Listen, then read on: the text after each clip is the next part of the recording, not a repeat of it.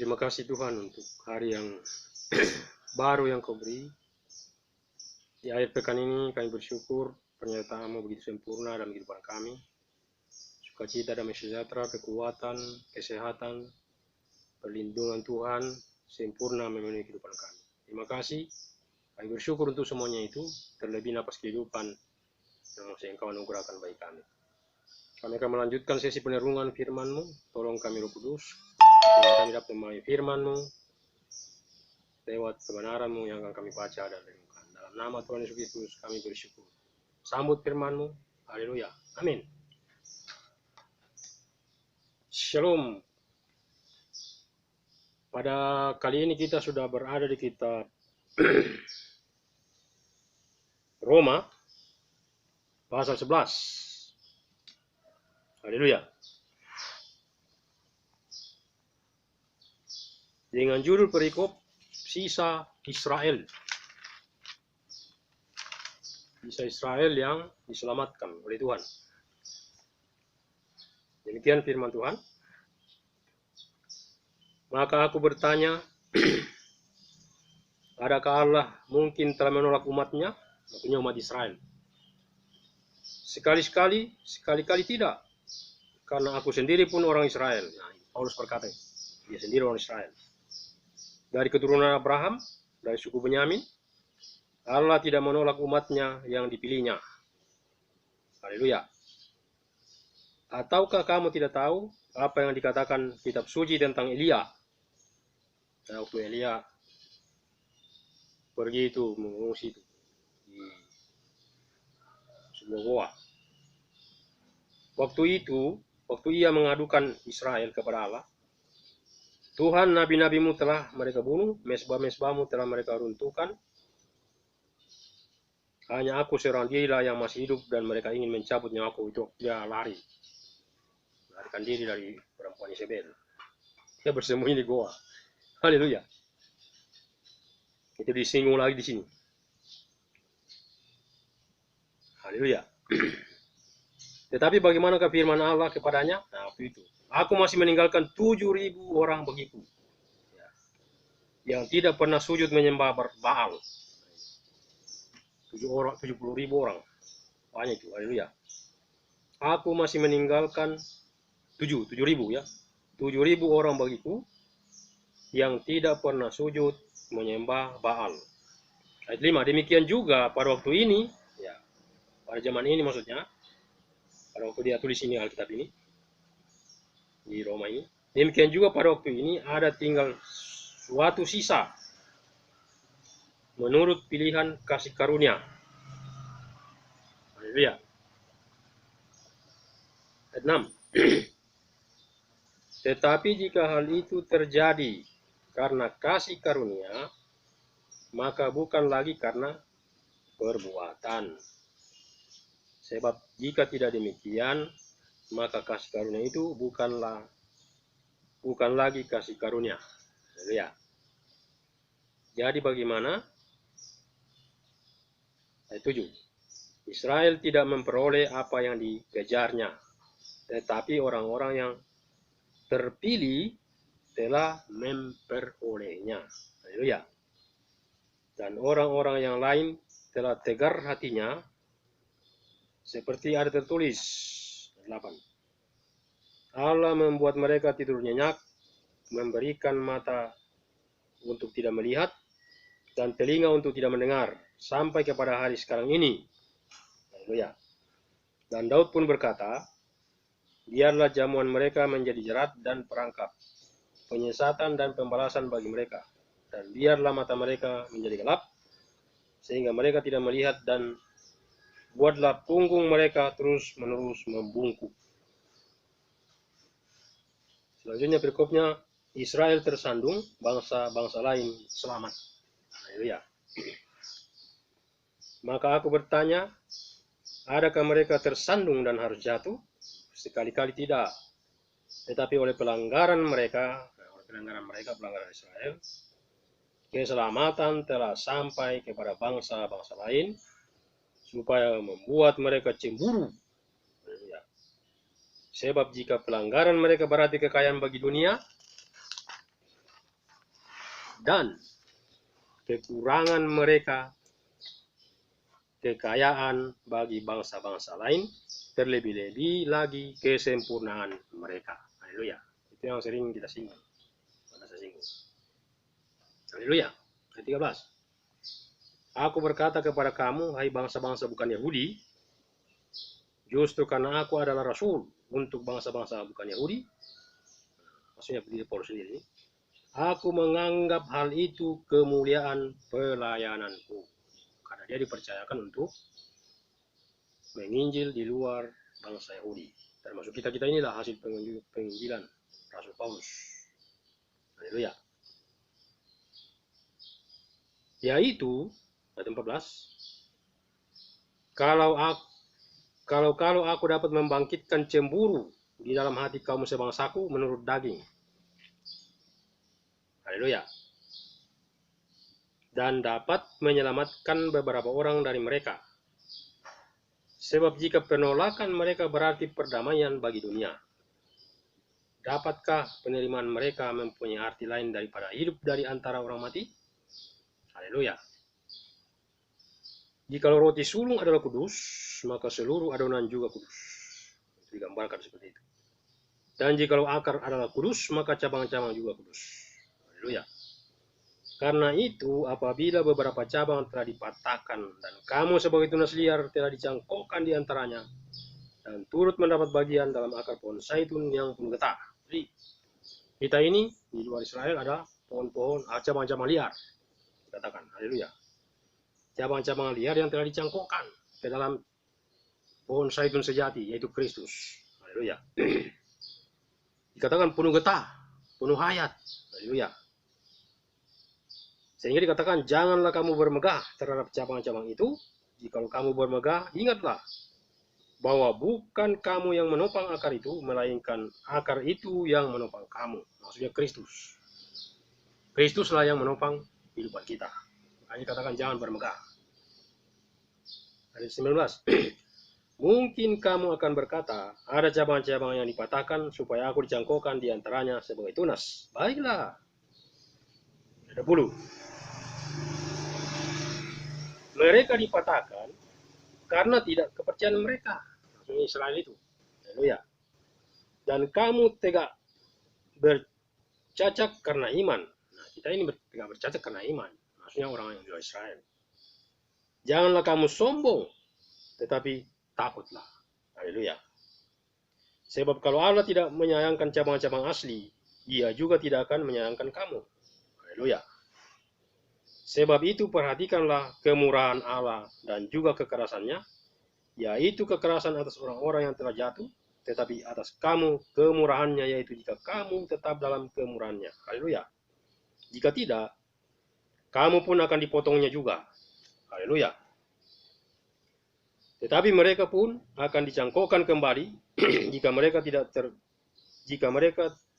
tidak tetap dalam ketidakpercayaan mereka. Maksudnya Israel. Sebab Allah berkuasa untuk mencangkokkan mereka kembali. Itu kedaulatannya Tuhan. Kedaulatannya Elohim, Yahweh. Haleluya. Sebab jika kamu telah dipotong sebagai cabang dari pohon zaitun liar, maksudnya kita ini di luar Israel, dan bertentangan dengan keadaanmu itu, kamu telah dicangkokkan pada pohon zaitun sejati. Haleluya. Pohon zaitun sejati. Terlebih lagi mereka ini, yang menurut asal mereka akan dicangkokkan pada pohon zaitun mereka sendiri. Maksudnya bangsa Israel. Mereka sebenarnya adalah pohon zaitun asli, cabang asli. Yesus itulah pokok sejati. Haleluya. Sehingga di dalam perikop selanjutnya dikatakan penyelamatan Israel. Ini juga sudah pernah kita jelaskan.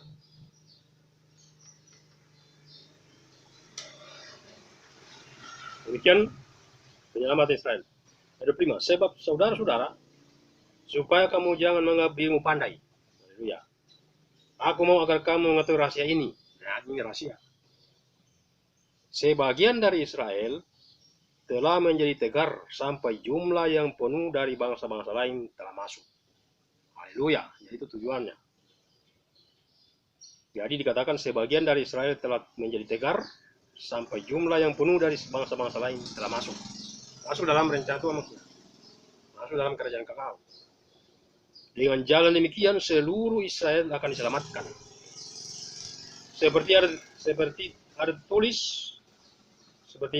tertulis, dari Sion akan datang penebus, ia akan menyingkirkan segala kefasikan daripada Yakub. Jadi, saya sudah pernah katakan bahwa Injil kerajaan itu diberitakan ke seluruh dunia, setelah itu tiba kesudahannya. Namun, sebelum tiba kesudahannya itu, Injil kerajaan itu akan kembali kepada Israel itu sebagai pilihan sejati. Dan setelah mereka semua menerima Mesias atau Yesus sebagai Tuhan, maka disitulah Tuhan turun menjadi Raja di atas segala raja. Haleluya. Itu yang kita nanti-nantikan hari-hari ini. Makanya kita berdoa untuk Israel secara sejati, supaya mereka semua menerima Kristus sebagai Tuhan. Haleluya. Ayat 27. Dan inilah perjanjianku dengan mereka, apabila aku menghapuskan dosa mereka. Haleluya. Ayat 28. Mengenai Injil, mereka adalah setru oleh Allah karena kamu. Jadi mereka ini setrunya Injil, orang Israel. Oleh karena siapa? Oleh karena kita. Mengenai Injil, mereka adalah setru Allah oleh karena kamu. Tetapi mengenai pilihan, mereka adalah kekasih Allah. Haleluya. Mereka adalah kekasih Allah karena pilihan. Kita tahu bagaimana sejarahnya Israel itu muncul. Yakub itu awalnya namanya. Dia bergumul dengan Allah, dengan Yahweh sampai pagi. Sampai namanya diganti menjadi Israel. Haleluya. Di Betel. Haleluya. Mengenai pilihan, mereka adalah kekasih Allah. Haleluya. Oleh karena nenek moyang, karena Abraham. Karena itu janji kepada Abraham kan. Karena iman Abraham, maka Elohim bersumpah. Nah, kita ingat lagi kembali Ibrani 6. Karena iman Abraham diperhitungkan sebagai kebenaran. Dan dari situlah Elohim atau Yahweh itu bersumpah demi dirinya sendiri untuk mengokohkan janjinya kepada Abraham. Dikatakan bahwa keturunanmu akan seperti pasir di laut, seperti bintang-bintang di langit. Aku akan memberkati engkau menjadi berkat bagi segala bangsa, dan engkau akan menjadi, namamu akan menjadi masmur. Haleluya. Itulah yang disinggung di sini. Haleluya. Ayat 9. Sebab Allah tidak menyesali kasih karunia dan panggilannya. Ya, Elohim tidak pernah menyesali kasih karunia dan panggilannya. Sebab sama seperti kamu dahulu tidak taat kepada Allah, tetapi sekarang beroleh kemurahan oleh ketidaktaatan mereka. Haleluya. Sama seperti kita juga dulu tidak taat sebelum kita menerima Dia. Tapi oleh ketidaktaatan Israel, kita beroleh kemurahan. Haleluya, dikatakan. Oleh ketidaktaatan mereka. Demikianlah juga sekarang tidak taat, supaya kemurahan yang telah kamu peroleh, mereka juga akan beroleh kemurahan. Haleluya. Jadi kemurahan Tuhan, kasih karunia Tuhan yang sudah dicurahkan kepada kita di luar bangsa Israel, itu juga akan kembali kepada mereka nanti. Haleluya. Ayat 32. Sebab Allah telah mengurung semua orang dalam ketidaktaatan. Jadi semua orang tidak taat. Sudah dikurung oleh Allah atau Elohim. Dikatakan. Sebab Elohim telah mengurung semua orang dalam ketidaktaatan. Supaya apa? Supaya ia dapat menunjukkan kemurahannya atas mereka semua. Haleluya. Jadi baik orang Israel sejati maupun di luar Israel, Elohim telah mengurung mereka dengan ketidaktaatan. Supaya apa? Supaya ia menunjukkan kemurahannya. Haleluya. Inilah yang di rahasia yang disampaikan oleh Paulus. Sehingga ayat 33 itu Paulus mengagumi rencana Tuhan. Haleluya. Kita baca. Roma 11 ayat 33. Oh, alangkah dalamnya kekayaan. Pertama kekayaan. Oh, alangkah dalamnya kekayaan. Kedua hikmat. Haleluya. Ketiga pengetahuan Allah. Oh, alangkah dalamnya hikmat dan pengetahuan Allah atau Elohim. Sungguh tak terselidiki keputusan-keputusannya, dan sungguh tak terselami jalan-jalannya. Haleluya. Ayat 34. Sebab siapakah yang mengetahui pikiran Tuhan? Haleluya. Atau siapakah yang pernah menjadi penasihatnya? Haleluya. Atau siapakah yang pernah memberikan sesuatu kepadanya sehingga ia harus menggantikannya? Haleluya. Ayat 36, ini intinya. Sebab segala sesuatu adalah dari Dia, dan oleh Dia, dan kepada Dialah, dan bagi Dialah kemuliaan sampai selama-lamanya. Dahsyat. Inilah yang terjadi. Jadi semua ini yang terjadi ini adalah dari Allah, dari Elohim. Dikatakan sebab segala sesuatu dari Dia dan oleh Dia dan kepada Dia. Bagi Dialah kemuliaan sampai selama-lamanya. Haleluya. Itu kedaulatannya semua. Haleluya. Ketegaran Israel ada kedaulatannya juga. Ketegaran hati Firaun karena dia juga. Haleluya. Sehingga dia membuat mujizat-mujizat atas 10 tulah. Nah, sampai hari ini saudara dan Tuhan sebagai pengiring Tuhan, apapun yang saudara alami, saudara harus percaya bahwa semuanya terjadi atas kedaulatan Tuhan. Kita tidak pernah mempersalahkan siapa-siapa atas apa yang terjadi dalam kehidupan kita, proses demi proses, salib, haleluya, tantangan, ujian, pencobaan.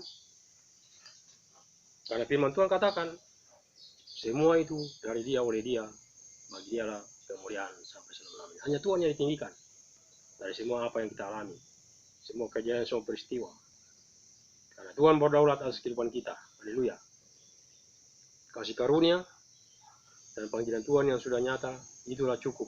Ya. Firman Tuhan katakan, cukuplah kasih karunia-Ku bagimu. Sebab dalam kelemahanmu lah kuasa-Ku melimpah. Itu dalam firman Tuhan kepada Paulus. Dia mengeluh. Ada penyakit yang tidak sembuh-sembuh dalam dirinya. Dia sudah beberapa kali berdoa tapi tidak sembuh. Tapi Tuhan berkata, cukuplah kasih karunia-Ku bagimu. Dalam kelemahan melalui kuasa-Ku sempurna. Haleluya. Dahsyat. Jadi tidak ada manusia yang benar, seorang pun tidak. Kita semuanya telah berdosa. Jadi bersyukur oleh kasih karunia Tuhan kita kembali diperdamaikan dalam Kristus Yesus, Tuhan kita, yang telah datang menjelma dalam daging, menanggulangi semua dosa pelanggaran yang kita lakukan, sehingga pada saat kita dipulihkan, kehidupan kita dikembalikan kepada Dia, tugas kita adalah melayani Dia. Haleluya. Itulah kehidupan kita. Melayani Dia dalam kehidupan kita sebagai pribadi. Tuhan menyenangkan hatinya sehingga kita semakin berkenan di hadapannya. Haleluya. Jadi itulah sisa-sisa Israel yang diselamatkan. Pada zaman ini juga keselamatan itu akan kembali pada Israel. Sebenarnya kita bersyukur. Ada juga dicatat dalam kitab Wahyu bahwa bangsa-bangsa lain itu terhitung banyaknya, tidak terhitung banyaknya jumlahnya di hadapan tahta anak domba. Haleluya. Keselamatan itu akan dikembalikan kepada bangsa Israel sejati sebagai pilihan sejati. Namun sebelum cukup, dikatakan tadi, sebelum genap bangsa-bangsa lain yang diselamatkan, itu belum. Jadi ada target Tuhan, target Elohim untuk menyelamatkan umat manusia. Sampai genap dikatakan. Saya baca ulang ya. Sebagian dari Israel telah menjadi tegar, sampai jumlah yang penuh dari bangsa-bangsa lain telah masuk. Nah, itu diisingkan memang tegar hati untuk supaya bangsa-bangsa lain diselamatkan. Jadi kita bersyukur. Kita boleh mendapat bagian dalam panggilan Tuhan. Semuanya karena anugerah kasih karunia Tuhan. Lalu kita terus bersyukur. Haleluya. Sampai di sini dulu apa yang kita boleh renungkan pada hari ini. Saya berharap kita semua baik-baik saja, sehat-sehat saja.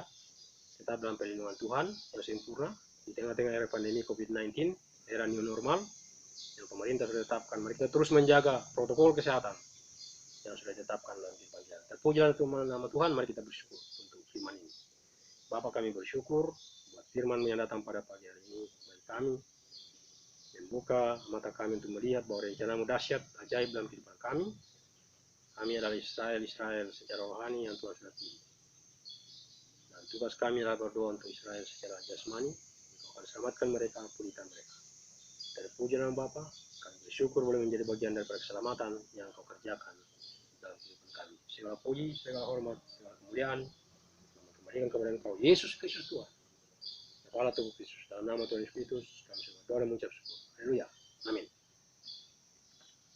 Demikianlah apa yang kita boleh renungkan kali ini. Selamat melanjutkan aktivitas. Tuhan Yesus menyertai kita.